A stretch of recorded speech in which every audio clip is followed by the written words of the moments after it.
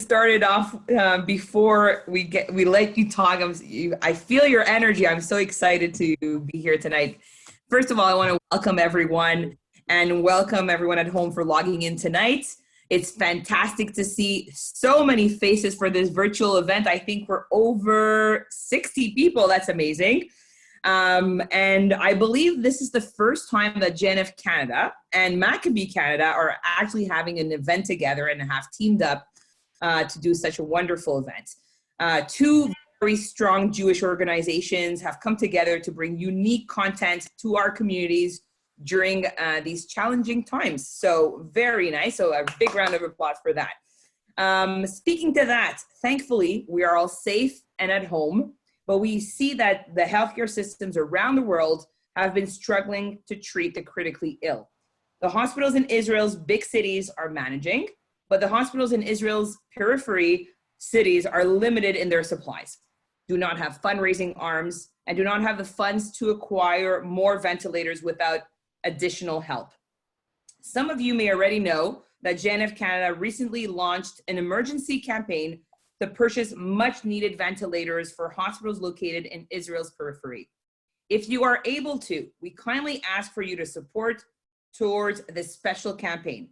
More information is available on our website, and we'll share the link at the end of the webinar with all of you.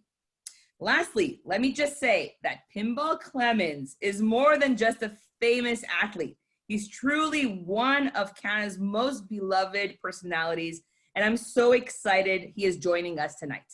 I hope you all stay safe and enjoy the time with Pinball. Welcome. Tommy, before I pass it over to you to say a few words on behalf of Maccabee Canada, for those of you who are aware, for those of you who are not, last night Yom HaShoah began at sundown. Yom HaShoah, for those of you who are not aware, is the Holocaust Memorial Day. And I think it would only be right to take a few seconds, moment to pay our respect to those who are no longer with us, and of course those who did survive. So if we can please all keep our microphones muted, bow our heads in a moment of silence for all those.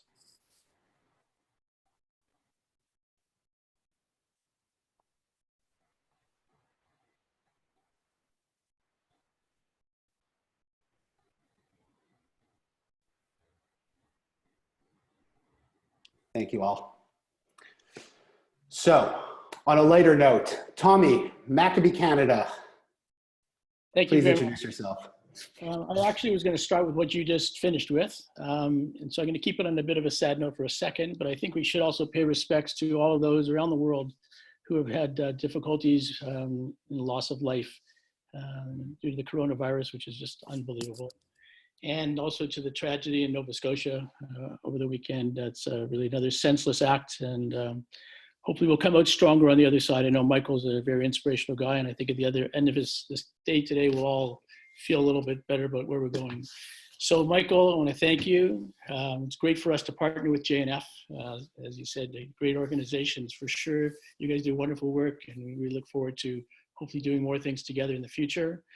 You know, Maccabee Canada has got over 85 countries around the world that just does, besides sports, does a lot of things for communities. We're the largest Jewish organization around the world. And just as an example, there's always a lot of Israeli youth after they finish the army who take a year off and travel. And this past year, about 10,000 got stranded in South America in various countries. So Maccabee Canada put out a message to our branches in South America, and within half an hour, 20 countries responded, looked after the needs of all of these young people until the Israelis could come and pick them up and fly them home. So this is going on, as I'm sure JNF does as well. Other parts, every country does a little bit. This is our way of sort of helping people sort of get through the difficult times and be entertained. So Michael is a very unique guy. I met him 20 years ago. We become friends, and he's one of the most inspirational people I've ever met in my life. Yeah, he was a great football player, but that's so far in the background right now. And I'll just give you one little quote that he gave me one time. He said, you know, you're not judged by how many good things you do. You're judged by how many people you touch in a positive way. And I don't know of anybody else who would epitomize that more than our speaker for tonight. So I'd like to welcome my good friend, Michael Clemons. All right. Well, thank you so very much, Tommy. And I am a card-carrying member of your fan club, and you do know that. JNF, Karen, thank you so much for having me. Really, really appreciate it. And to extend on the quote you made, more specifically, if you want to show me a truly great person, don't tell me about records or awards, money or power. If you want to show me a truly great person, show me what that person has done for someone else. Therein lies true greatness. And so just a big shout out to all of our frontline workers and more humble thoughts as well about those who went through the Holocaust. And so I just want to maybe just quickly kind of have us, join hands here a little bit, just virtually join hands in mutual respect for all of them, for all the victims. Okay, so thank you very much. Just wanted to start there. When Tommy asked, I just can't say no because he's that guy for me. You know, everybody has a guy, right? And Tommy is that guy for me. And I just love him so much. His heart is so big. He wants to do so much and gives so much and in so many different ways. And so I'm really just proud to be here on his behalf. You, on the other hand, have to listen to me. So you've got the tough part. Hopefully you will have lots of questions because until then, I'm just guessing. But I really love to just maybe start today with a poem. It's called The Paradox of Our Time in History. And it reads this way. It says, the paradox of our time in history is that we have taller buildings but shorter tempers, wider freeways but narrower viewpoints. We spend more but have less. We might buy more but enjoy less. Repair houses and smaller families, more conveniences but less time, more degrees but less sense, more knowledge but less judgment, more experts but more problems. We drink too much, smoke too much, spend too recklessly, laugh too little, drive too fast, get too angry too quickly, stay up too late, get up too tired, read too seldom, watch TV too much, and pray too seldom. Indeed, we have multiplied our possessions, but reduced our values. We talk too much, love too seldom, and hate too often. We've learned how to make a living, but not a life. We've added years to life, but not life to years. We've been all the way to the moon and back, but have trouble crossing the street to meet the new neighbor. We've conquered outer space, but not inner space. We've done larger things, but not better things. We've cleaned up the air, but polluted the soul. We split the atom, but not our prejudice. We write more, but learn less. We plan more, but accomplish less. We've learned to rush, but not to wait. We build more computers, though, hold more information to produce more copies than ever before, but have less communication. These are the times of fast food and slow digestion, of tall men and short character, of steep profits and shallow relationships. These are the times of world peace, but domestic warfare, of more leisure, but less fun, of more kinds of food, but less nutrition. These are the days of quick trips, disposable diapers, store morality, one-night stands, overweight bodies, and pills for everything from cheer to quiet to kill. It's a time when there's much in the showroom window and nothing in the stockroom. It's a time when technology can bring this by email. That's how I received it. And it's a time you can either choose to share this insight or just hit delete. What I'll ask you to do this evening is not to hit delete, to understand that life is not about stuff, it's about people. And interestingly enough, it seems that in this time, this poem kind of characterizes what we came out of. And during this time, I wouldn't have chosen it, right? Because I wouldn't have wanted to see all the hardship, all the fear, people losing financial security, all the things that comes with this, I would not have chosen, right? But it is important to take what this period can teach us, because if we don't learn from it, then all of this is in vain. This is a period in time that almost is countercultural to what we were going through. We're so busy live, just going crazy. And yes, there are people on the front lines, still people who are going like that every day. And I know there are some of you who are at home that says, I'm on the phone and busier now on the phone than I was when I was working. And that is true for many of us, right? But it's also a time where we've probably been around our family more than any time in recent history. And so I want to maybe kind of take that as a starting point because like we actually have, this technology is wonderful, and being able to communicate and come together at a time like this and be able to communicate one with another. But for this is like, we actually get a chance to PVR life, right? We've actually pressed the pause button on life.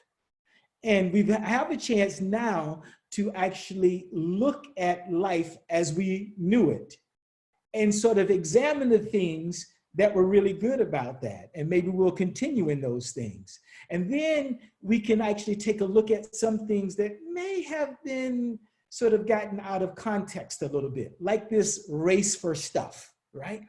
The most important things in life aren't things at all. It's you and I, it's people that's important. And during this time, I think we have a chance to reconnect with family in a much different way. There's a story of a drifter who didn't have any place to stay or food to eat. And in doing so, he went to, in a rural community, went to this farm, and he knocked on the door, and he told the farmer, he says, listen, I don't have any food to eat or a place to stay. He says, but I'm really good with my hands, and I'm willing to work for room and board. He says, would you have something here around the farm that I could do?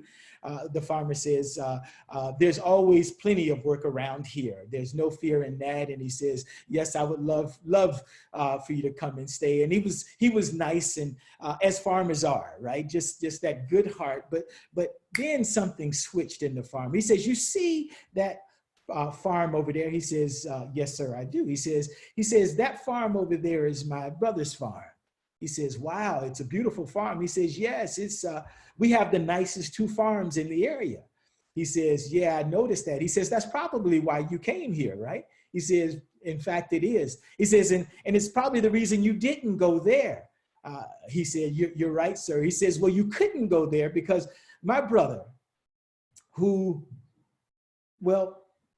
we built our whole lives together.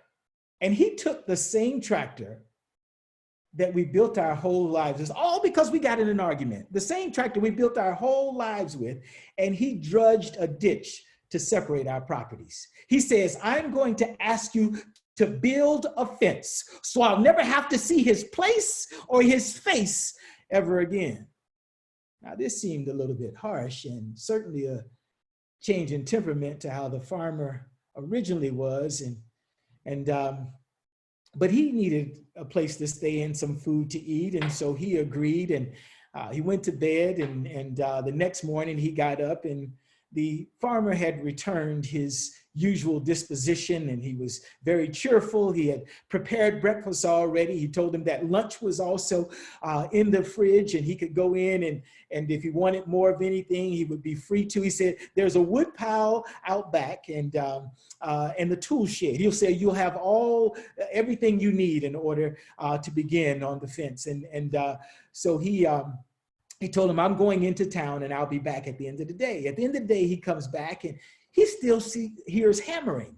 He's like, wow, this guy must be a hard worker. He says, I'm going to go let him know that, that's enough for today.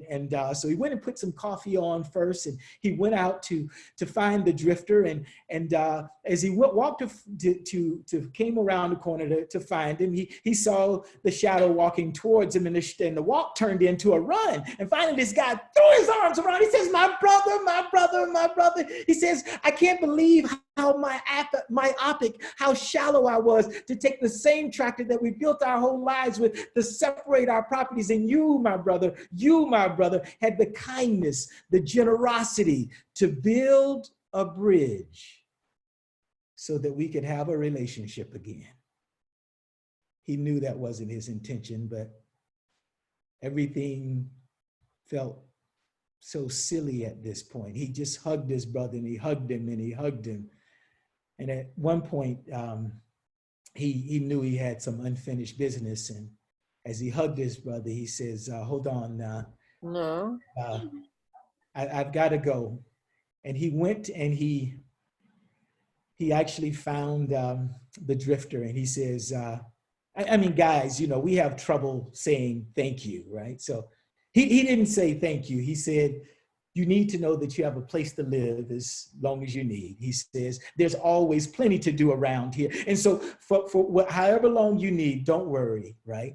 Says you'll always have a home around here. And the drifter said, I'm sorry, I have to go. Now feeling more guilty, he said, what do you mean you have to go? You don't have any place to stay or food. He says, I've got to go. He says, why do you have to go? Well, the drifter said, you see, I have other bridges to build. I want to say that during this time, there's probably some bridges that we can rebuild. We probably have some time to build some bridges and some relationships to not always this serious, right? Sometimes it's just to make them better, to tune up a little bit. We've got adult girls now, for the most part, 26, 22, and 17. And the other day we asked them, how do we serve you better? Like now you're no longer kids, right? How because it's different now, and sometimes a little bit awkward in how we deal, and the questions we ask, and our expectations of them at this point have changed. And so continually having that communication and building bridges. I was very fortunate enough to coach Damon Allen. He's an iconic quarterback in the Canadian Football League, and he just was a magical player. But during the Grey Cup, the morning of the game, all the players, you kind of get them up out of the bed, because if you don't get them out of the bed, they'll stay there. And they think that the rest helps them, but it actually makes you sluggish. So you got to get them up and get them moving, not too early, but early enough. And before that, I said that, guys, instead of talking to you today, I'm going to give you a chance to talk, because you don't win championships because of coaches. You win them because of players. The coaches can help you get there, but the players have to go out and win the game. And there were several guys that got up that day, but I'm only going to mention one. Damon Allen, our starting quarterback, got up, and when he stood up, he was physically shaking. His eyes had welled up with water. This is the biggest event that happens in our country on a yearly basis, right? 10 million people going to watch the game tonight. 20 million eyeballs. So even the great ones are nervous.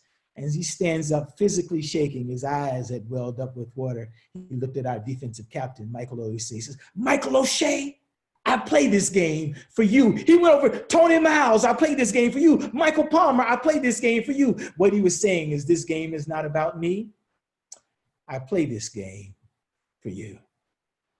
Wouldn't it be great if your loved ones were thinking about you right now? The very first thing that they would say is, hey, that's my mom, that's my dad, that's my sister, that's my brother, that's my pumpkin, that's my boo. And they play this game for me. It's a challenge I'd like to place in your household, in each of us, right? That as we come to the end of this pandemic, whenever that is, however that is that you have grown closer to those in your house. That when those in your own home think about you, they will think that you play this game for them. We have nothing but adulation for our frontline workers and others who are putting themselves in harm's way. But I do believe that it's important to start in your own home, right? And then we build out from there. It's a unique ability to put others before yourself. That's what love is. Love just says very simply, you before me, right? You before me. And I could talk forever. You could probably see that now, but I'd like to see if there are some questions. If not, I'll tell you Pinball. So let me ask you, we talk about all your generosity and everything you do for the community. How are you coping with COVID-19 personally and I guess professionally? Well, let me say this first. There's a saying, if what you did yesterday still sounds good to you today, then you haven't done much today, right? So it really is not about what you did yesterday and all of that stuff, and couldn't do any of it by myself. But today we have a real unique opportunity. Given the platforms, our foundation has built over 200 classrooms in developing countries, but we're focused in our local community here now. And our goal is to take young people from the margins to mainstream, or community to career. So that's not just an education, but gainfully, sustainably employed. And so we have youth who are in a trades program. So this trades program, they have to have a high school diploma. About 100 kids a year go through this program, and 85% of the kids finish the program and come away with a job, averaging $15 to $24 an hour as they begin. And as they become full-fledged journey persons, in their first year, they average about $80,000 in their first year. And so real jobs. A couple of the young people have done six figures in their first year or two of finishing the program. And so this is real transformation. There's an IT program as well that we work with with this IT program. About 500 young people a year go through it. 80% of them make it through the program, and they go in starting at about $39,000. The average household income of these young people is about $32,000. So they're already making more than their parents. And so that's a 15-week program. The trades program starts as a 12-week program, and they don't start making big money until they kind of work through and get their ticket, which generally takes 3 to 5 years, depending on which particular discipline they're doing. But it is a program that we're really proud of, and really giving young people a chance to thrive. And so we have the young people who are in this program, and then we have another program over here that pays for college and university to other youth who are living in the margins. So what does the margins look like? Those are youth who are in failed foster care, youth who are in a shelter, and youth who are in marginalized communities. And we have about 35 young people now who we have scholarship for university, and we have a mentorship session with them once a month. Right now, during the pandemic, we're speaking with them twice a week. And so not only do we have mentorship sessions, but there are one-on-one sessions where needed. We have those who mentor them academically and mental health. We also have supports financial, we do financial literacy, but also financial supports. Some of first and last month's rent as they're starting, but they have to go through a whole program where they actually learn how to develop a budget and all of that. So nothing is given to them.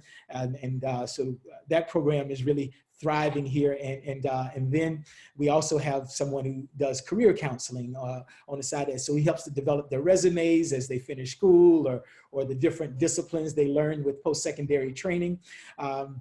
And he also during this time has, because many of them have been laid off, but works with them and lets them know where the job opportunities are. So there are opportunities both working at home and out at the facilities. And so we've been able to help and work with the young people in that way, even during the pandemic. So we on Wednesday at 4 and Saturday, we have a little session with them, and we kind of get a little temperature, how they're doing, what's going on.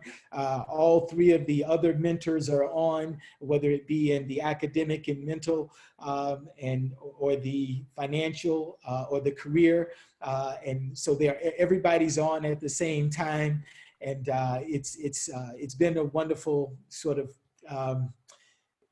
this time has, it's been bittersweet, right? To kind of, to kind of be there and kind of help foster them through, but it's difficult still. It's still a challenge. Very fortunate that the vast majority of our young people are doing really well. But we know that there are many challenges out there. And so hopefully we all will just figure out a way where we can be of greater help as this moves on. Now, I'm glad you brought up the youth and your way of giving back to the community, because it actually brings me to my next question. But before I get to that, for everyone who's joined us since the beginning, feel free to type in your questions in the chat. They'll be sent directly to me, and we're going to try to have Pinball address as many as possible tonight. So do not forget to type in your questions, and Michael Pinball Clemons is going to answer as many as possible, as many of them as possible. But back to what you're saying about the youth and everything you do. So tonight's webinar is being hosted by two pillars of the community, JNF Canada, Maccabee Canada. And what kind of advice can you give to the people here tonight about how can they get more involved? They want to give back to the community. They don't know where to start, especially the younger ones. You know, you see people on TV, hear them online. They're all trying to get back to helping the frontline workers, helping the elderly. What kind of advice can you give them? Start where you are, right? So it's in times being I think most of us are people of faith on the phone or on the this technical thing on Zoom, I guess it is. So most of us on here, right? I'm sorry, I lost my train of thought there. So I jumped off the train. Would you re-ask the question so I can sort of see if I can frame it again? From a man who gives back so much, how can you? What kind of advice can you give to the younger generation and the older generation here tonight? How can they get involved? Yeah, so we were talking about starting where you are, right? So really that's, I believe, the principal part is to start where you are, being people of faith on the line here.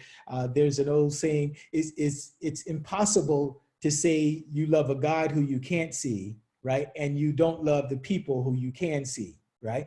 And so in there, right, that whole, when we talk about it's actually being kind right where you are. There are people in your network. We're kind of thinking about, oh, how can I do? Who can I call? What can I do? There are people that are in your local network who are struggling, and some of them you wouldn't know it, right? And a call from you could be the point of difference, right? And as you have those contacts, a lot of times they will be honest with you and tell you that they're not good. Other times you'll be able to notice. And sometimes it's not sort of, oh, you need help. It's like, I can see that, I'm gonna call them more often, right? And so maybe you call them a couple of times a week, and they'll conclude, wow, you made my day. You really, and those are keys to call back, right? And so as we listen, and so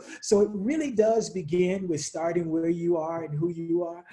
There is so much we can do just with technology today. And so starting right there, I think, is principally the starting point. And then sort of experiencing things, trying things. And because sometimes we want to come up with the great idea, right? And when we sort of do the great idea, we find that we don't really like it. So there are enough people who are doing things where we can piggyback, right? So I would suggest piggybacking on things that you think are cool. Like, this seems like a good idea. This is really cool over here. Maybe I can help, right? And over time, you may sort of develop your own concept. That's what happened to me. I didn't grow up saying I want to start a foundation. So we just, in working in the community over years, and I always said that I didn't want a foundation because I didn't want all the stuff that there's so many people out there doing great things, right? Let me just join the people who are doing great things, and that by that way I can do some great stuff, and so that was really sort of my simple thing, and then there came a point where we wanted to sort focus on helping the most vulnerable, the most marginalized, and really trying to get them to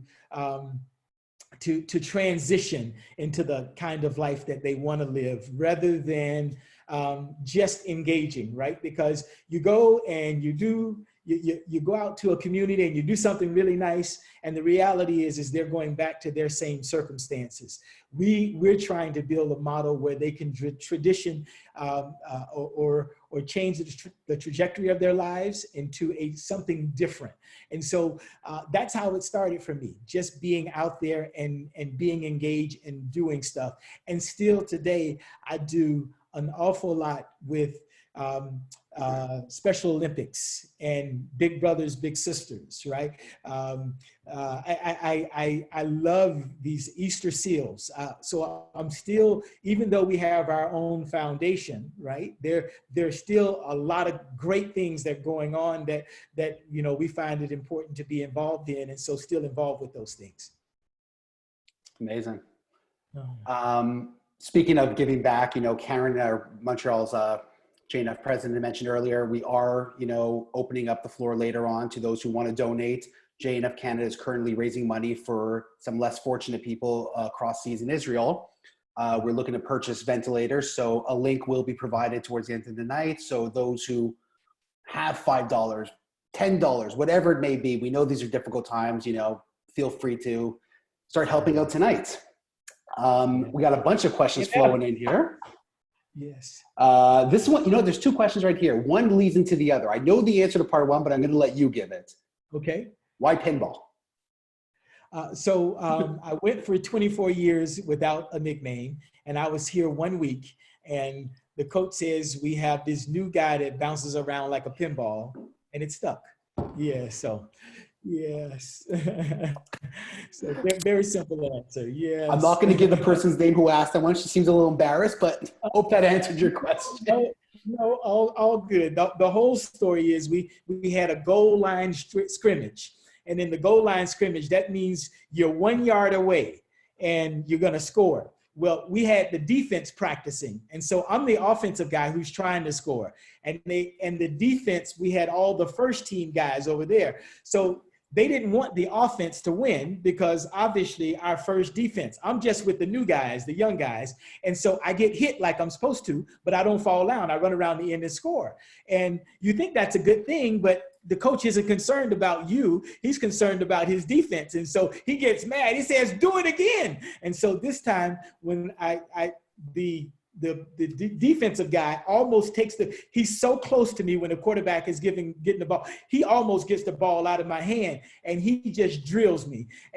But I run around the other end and I score again. He says, you little guy, get out of my drill. And I never had to do the scout team, we call it again. And he made the statement, we have this new guy that bounces around like a pinball. Amazing. So you mentioned being the little guy. For those who watch football, not an advantage to be the little guy on the field. Or in your case, maybe it was. How did you mentally overcome that adversity? Being new to the league, smaller player. How did you mentally gear yourself up to become the legend you eventually became? Those are, I think, two different questions. So one is, how do you do it? And becoming the legend you became, one, legend means I'm old. Two, the critical thing there is I ran for more yards than any player in pro football history, never ran for one of them by myself. As a matter of fact, there were 11 other guys on the field, and most of them were working harder than me. And so in that, you don't do anything worthwhile by yourself in this game. And when you understand that, the faster you understand that, I think the better player you become. And so I didn't do it by myself. And most of the overcoming became long before I arrived here, because it was when you're a smaller guy, when you're growing up, right? And, you know, you got all, you know, at the beginning, they all seemed like they were the same size. By the time we got to high school, they were a foot taller and weighed 100 pounds more than I did, some of the guys on the team. And so, yeah, that just huge disparity came over time. And that was probably the more critical stage. But I have to tell you that it was a gift, and I was really lucky. I had my jersey retired at a local restaurant when I was only 11 years old. And then that kind of, they said, well, you know, when you get to high school, you know, maybe things will change. And I was the MVP of Pinellas County and a first team all-state player in Florida. And in football, Florida, Texas, California play the best football in the world. And so if you're one of the best in Florida, it means you're one of the best hockey players in Canada as an equivalent, right? So, I was really fortunate. I was really driven, and I loved the game. I worked hard at the game. I also worked really hard academically. My mom was very disciplined in her approach academically, and I was early on a better student than I was a football player. When I graduated high school, I had a chance to go to Harvard and Columbia. I went to William and Mary, the second oldest school behind Harvard. And so my mom had she was the one who made the greatest sacrifice. She's more responsible for me speaking to you today than I am myself. She was the one who made the great sacrifices and who was so great at building the positivity and the energy and all of those things. And so I am a product of my environment. My mom and the other leaders that were around me, and then the great teammates that I played with, I still had to make a chance. I'm sorry, I still had to make a choice to do my best in that setting, right? But in doing so, it was the people around me that were the greatest part of my success. Incredible. So you went from being an incredibly gifted, talented athlete, probably still are, I guarantee you can outrun me any day, to now you're on the sidelines. You're now dealing with the younger up and coming athletes of today. As a coach, how do you foster your key leadership qualities into these younger athletes? You know, there's a saying, people are mostly too impatient to be smart, right? Teaching requires patience. I always told our coaches when I was physically on the field coaching, teach, not tell, right? It's not our job to tell them, it's our job to teach them. And teaching is different from telling. Teaching requires patience, right? One time we had something on the field happen. I said, Coach, what happened there? He says, well, I told him. I says, well, that's why he got it wrong. We only remember about 20% of what we hear. Our job is not to tell them. Our job is to teach them, right? And I wasn't saying it with, you know, the ridiculous voice here I'm using now, right? You know, that whole concept of being patient and teaching, in essence, is, I believe, the key. And how do you teach? Well, you know, part of it is, you know, the way you behave. There's a level of respect that players give you from how you behave, how you treat them. There's another way as well to invite an audience, right? When we get to know people by name, we get to know where they're from, you know, the things that they enjoy. So as we, all part of being a good teacher is doing all of these things, because that's part of engagement, and the level of engagement that I get in return is partly in part to the casual conversations that I have and how I deal with a player and engage with a player. And so it is a many blended thing, but it really just starts with caring, right? There's a saying, people don't care how much you know until they know how much you care.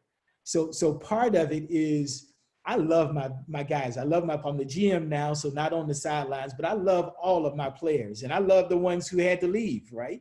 When I was coaching, the GM used to get upset. He didn't let me talk to the guys before he would release them if they got cut, because he says by the time they get to my office, they're asking, "Why'd you cut me? Coach said I was great." Right? So I wish I could keep them all. I wish they all could stay. They all can't in our profession the way we do it. But when we speak to that, young people, maybe more than anybody else, can smell a rat. They know when you don't care. They know when you're not vested, right? This is a job and you're only concerned about the outcome for you, right? And so they can sense that, I believe, as well as anyone. And so I think it's important for all of us, and I'm thinking a lesson for all of us, if we're going to effectively engage and be able to move people forward, it starts with caring about them. Amazing. We talked a lot about professional sports, but we actually have a question from Michelle from your neck of the woods out in T-Dot, Toronto. Right. The 6. As an amateur athlete, what are some lessons we can learn from amateur and community sports? Wow. Amateur and community sport, I used to say, as a coach, when I started coaching, right, I said that it would benefit every player to have to coach an amateur athlete before they became a professional athlete, right? Just the level of learnings.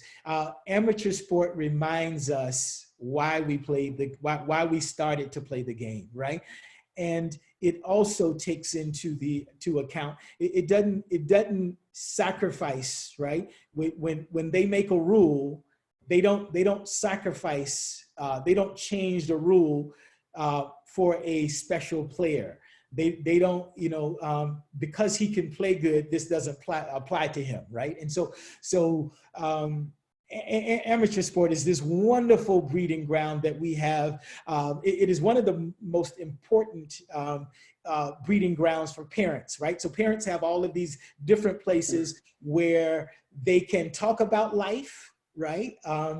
Without being specific to their child, or kind of talk about a situation that they're going through even more directly, and talk about something that is more specific. So that's one of the great ways we can learn about amateur sports, or learn through amateur sports.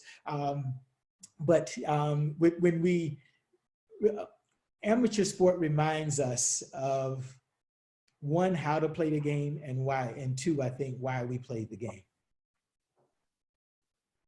So for all those younger viewers out there playing in amateur sports, and guys in their 30s who are playing beer league sports, it's a great lesson. Yeah. We have a question from Jordan, who would like to know, what was your greatest challenge during your football career? The greatest challenge was probably when I became the coach, because playing came instinctively to a large degree, but making that transition from player to coach. And for those who don't know, I was playing one week and I became the head coach the next week. It wasn't like I had a full off season or anything. That literally I was playing one week and I didn't become a coach. I became the head coach the very next week. And I remember now, I think it was Churchill who said, "Success is not final, but failure is not fatal," right? Success is not final, and failure is not fatal, is the way the quote goes. And so that just that kind of understanding that if you have initial success, right, if it goes, that success is not final. But if things don't work out well for you, right, in the beginning, that failure is not fatal. And it is having that wonderful, delicate balance. But to go from being this is my boy, this is my guy, this is, as the young people say, my ride or die. This is the guy that I'm with, my player, and then becoming their boss, right? There's sort of a whole different sort of line of thinking around that, and really an interesting time. And the transition went well, but there were spots where you saw it could have gone not so well. So I believe it was, again, God's grace that afforded it. I know it wasn't all talent. So, but we had, one of the things though is making sure that you put excellence around you. If you're the smartest guy in the room, it's your own fault. As a leader, it is your job, right, to put excellence around you. Many of us are afraid that someone might appear better than us, right? But what leadership means is that I'm putting the best around me, and so none of us can do everything, and so it's knowing that, understanding that, relying on that. But that was a huge growth curve. When I look at playing football, I started at 8. Right? Was recognized early all the way along the way, went to high school, went to university, played a year in the NFL, then came here. So there was this gradual approach, but that playing to coaching happened so immediately. It was like, right? And, but it worked out, cooler heads prevailed, and again, God's mercy.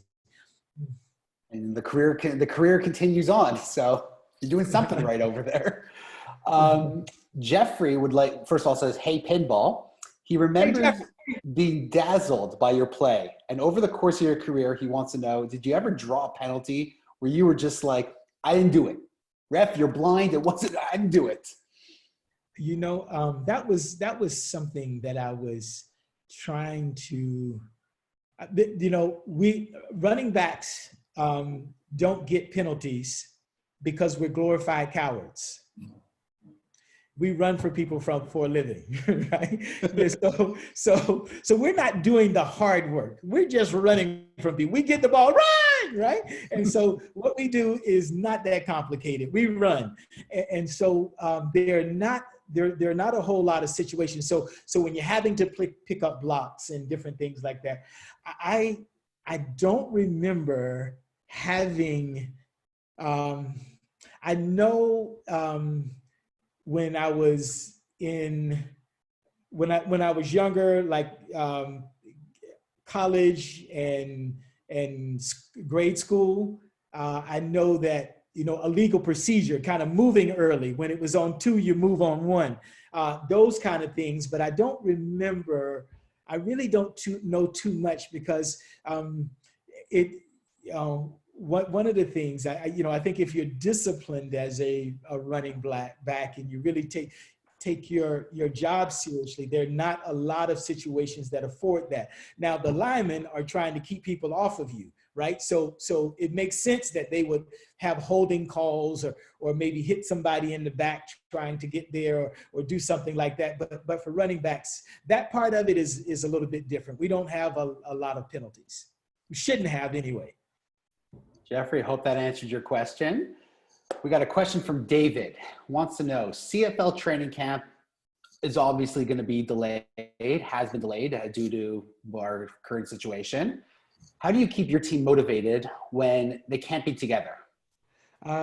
Well, the wonderful thing, when the most successful leadership is when the team members take it on themselves, right? So when you're barking down, leadership from on high, you got to do this, you got to do this. That's one form of leadership. But when people police themselves is the greatest form of leadership. When you have people on the team that says, hey, listen, we got to get together, we got to do this, and they're going together, and they're kind of having meetings with, several defensive players on a technical service like this, That's the real magic. So our coaches are actively on a daily basis having meetings on an ongoing basis. So not once a week or every now and then, but they're in a mode right now where they're working on the draft a lot of what's happening today. And so with them being a new staff and coming together for a first time, a brand new head coach, they have been very diligent in doing all of the little things. You know, there's a saying, if you take an off season, you'll have an off season. And so with this, that's not just those who are in the player personnel department who are looking for guys to build the team. It's not just the coaches who are going to build those guys. It's not just the players who are going to do the operations on the field. It's all of that happening together. And so I guess technology has been our greatest gift during this period in terms of having people connect and come together. But we're connected in a way that I wouldn't have thought possible previous to this. 6 Grey Cups. Which one was your most memorable, and why? You know, 3 of them came as a player, and as a player, it's euphoric, out-of-body experience. You're pouring perfectly good beverage all over one another, totally nonsensical, right?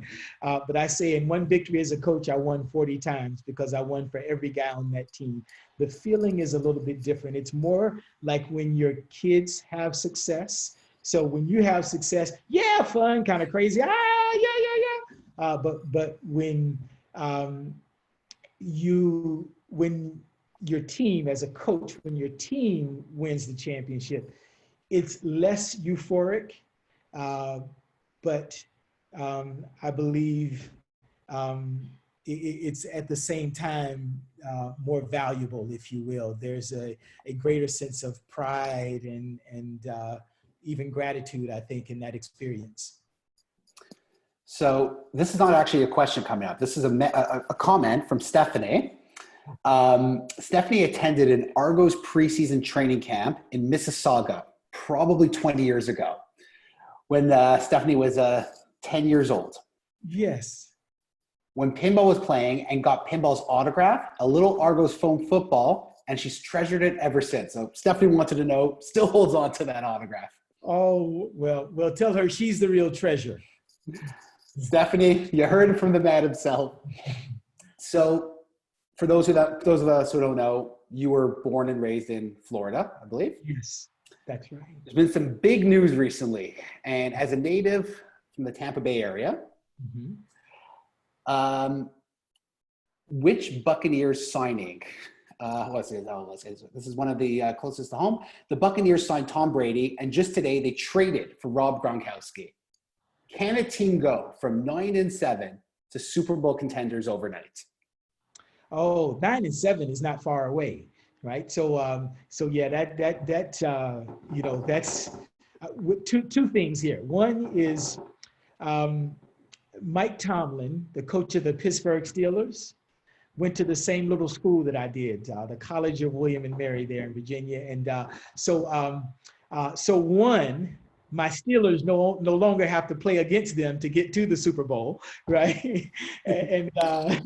And 2, my home team. So those are my 2 teams, born in Tampa, and then I root for Pittsburgh more because of Coach Tomlin and small school, you know, so we take a lot of pride when our guys are on a professional team somewhere, and he's been one of the best head coaches in the league now for a number of years. And so I will be cheering for the Tampa Bay Buccaneers, and if they make it that far, I even hope they beat my Pittsburgh Steelers. So I absolutely 9-7 is definitively in striking range. There are teams that go from sub 500 every now and then and win the Super Bowl. So 9-7 is definitely in striking striking distance. 3 wins, I think. 3 more wins is all we need. Can Brady and Gronkowski get you 3 more wins? I think that's reasonable. 12-4 then means that we're hosting at least one game, and yeah, I think a 12-4 finish and a Super Bowl appearance is in the works. My dad always told me growing up playing sports, on any given day, any team can win. That's right. That is right. Yes. See what the season brings. We got another question coming in here from Josh. Josh loved watching you play and wants to know, what do you think about Montreal getting a baseball team? You know, I really love, I think that sport plays a very important role in our society. So for me, I'm a big fan. I grew up in Dunedin, Florida, where the Blue Jays train. I went to Dunedin High School, and so Dunedin is right next to Clearwater. So I'm a big baseball fan. My mom actually used to do the concessions at the Blue Jays. At the Blue Jays Stadium. She worked in the utility billings department for the city of Dunedin. So she used to have to balance the books every night. So that was a natural job for her, sort of being in the concessions and sort of balancing everything. They were all volunteers. So I was a Blue Jays fan before I knew anything about the Argos. And you're asking me about Montreal, but I give long-winded answers. I apologize, but am a big baseball fan and played quite a bit of baseball growing up.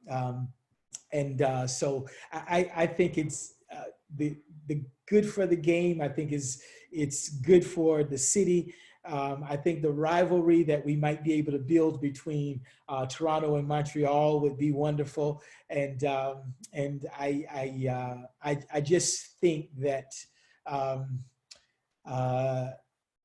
the more integrated as well we become, I think the friendlier our relations will be.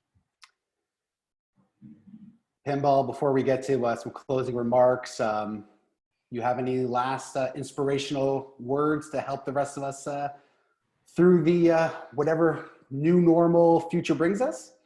You know, I wouldn't say that I had any real genius. I think you have enough of that. Find the best in people is something I'd like to leave you with. If you look for the best in people, you'll find the best. If you look for the worst, you'll find the worst. You'll get what you're looking for. So find the best in people. And however long this pandemic goes, I want you to bring something out of it, out on the other end with you. I want you to bring something with you. So hopefully you've learned something from this. Hopefully you're better at something, and hopefully there's something positive here. Maybe it is our interactions with family, whatever that thing is, but take some of the good with you. Let's not go through this in vain, right? Let's take what does work for us out of this environment and bring it along with us.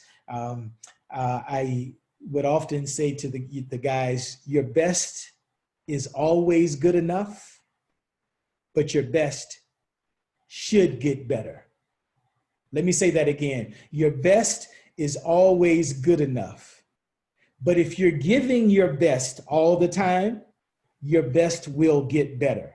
What I'm saying is you're not improving. It means that you're not giving your best on a consistent basis. Incredible. Before we wrap this all up, Daniel from Maccabee Canada, who, as we mentioned earlier, tonight's being brought to you by Maccabee Canada and Jane of Canada. So Daniel, a few words on your behalf. Yeah, so Pinball, you've been incredible. We just wanted to thank you so much for your time. And on behalf of Tommy, Lee, and Maccabee Canada, it would truly be our honor to bring you to the Maccabee Games in 2022 as part of our delegation. We think making that your first trip to Israel would be fantastic. And we're hoping to see you there with us. All right. Well, I am hoping to join you. What time of year is it? It's July 2022, so mark it in your calendar. Okay. I might have to get a new job. The CFL season starts around then, but if we can get a cup in the next 2 years, maybe I can bridge on. Or maybe if we can win a cup in the next 2 years, they'll just let me go for a week. All right. Or maybe it'll be a bye week. Yes. God can work that out. He's done other things. He's done a little bit more than that, so he can work that out. So Pinball, again, on behalf of everyone here tonight, on behalf of Maccabee Canada, on behalf of JNF Canada, you were incredible. You were an incredible athlete, you're an incredible front office, incredible speaker tonight. And I don't think we can thank you enough. Karen, Tommy, if any of you would like to show your sentiment towards Pinball. Karen? Yeah. Hello, can you hear me? You're live. I just wanted to say, yeah, I'm the one who asked the question about pinball. I didn't know. That's all good, extraordinary. All good. You were amazing tonight. Thank you so much for these inspirational words. I was trying to take notes as you were talking. It's really good. You're such a legend, but at the same time, you're so inspirational in a time that's so difficult for all of us right now. And I'm just like ready to call my friends and my group chat and just share the learnings of tonight. Thank you so much for coming and for doing this. It's really appreciated. We love you. Thank you. Thank you. Love you back. Okay, thank you. Michael, just as a final word for me, I just want to obviously thank you for what you do, but this is what you do every day. I mean, this is who you are. You're always putting people in front before you all the time. You never say no, maybe to me, but to everybody. That's fantastic. Very inspirational. And honestly, if we could all just take one little thing away from what you're saying about thinking of others first, I think that's a great message for us to start becoming that better society that we all need to become, right? And I think it's just a great honor to have you as part of this program. And the other thing is sort of along with Karen was saying is, I know from Maccabee Canada, we're keeping this on our website forever as all of our webinars. And so if you do have friends that missed it today, any of you, and feel that it's important, I think that this would be a great way for someone at home to spend an hour with Michael. So thank you so much. And thank you, Jana, for helping us make this happen. Thank you, Tommy. Thank you, Maccabee Canada. And again, for those of you who want to rewatch this, want to share this, an email will be going out to everybody who registered with a recording of tonight's webinar. For those of you who are interested in joining future webinars, Maccabee Canada has some great ones on the way. On April 28th, they are doing an event with Olympic silver medal winning figure skater Dylan Moskovich and WTA star Sharon Fitchman. And on May 5th, ESPN's Dan Schulman joins Maccabee Canada. So those are some ones to look out for. And a little sooner, JNF Canada is proud to be hosting on Thursday night, 7 p.m. It's Canada's response to COVID-19 with Dr. Stephen Hoffman. So be sure to check those out. You could visit JNF's social media, visit their website, visit Maccabee Canada's social media. And again, we had mentioned earlier, a lot of people struggling right now, so feel free to reach out to Maccabee Canada for any way you can get involved with them. And for JNF, we mentioned the ventilator campaign, which a link has been shared with all of you, should you wish to get involved. And Michael, thank you so much on behalf of everyone here tonight. Thank you, Phil. And words are important. So I just want to clean up something I said at the end. So I said if you're not giving your if you're not getting better, it means that you're not giving your best. And I should have said it probably means you're not giving your best, because sometimes we can get stuck in a rut, and words and how we say them are important. So I just want to clean that up a little bit, Phil, and thank you so much. And I want to say when we do the big words, the incredible, you're incredible, and all of that kind of stuff, if I'm incredible, it's because we're incredible, right? Every person born on the earth is a walking miracle, right? There's nothing that's uniquely special about me. I've had a unique set of circumstances that have caused people to look at me a little bit differently. than many other people, right? But as people, we are incredible. And that's the message I think that we should be putting forward on a consistent basis. This is about us. This is about all of us, not one of us, not some of us. It's about all of us. And so let's move forward together. Mhm. I hope everyone heard those words and, you know, start practicing what you were preaching to us tonight. All right. Thank you so much, Michael. Thank you. Take care. Stay safe. Stay safe. Take care. Woo, you. this is how we say little excitement. Woo! Very best, everybody. Bye. Thank you. Love you, Tommy.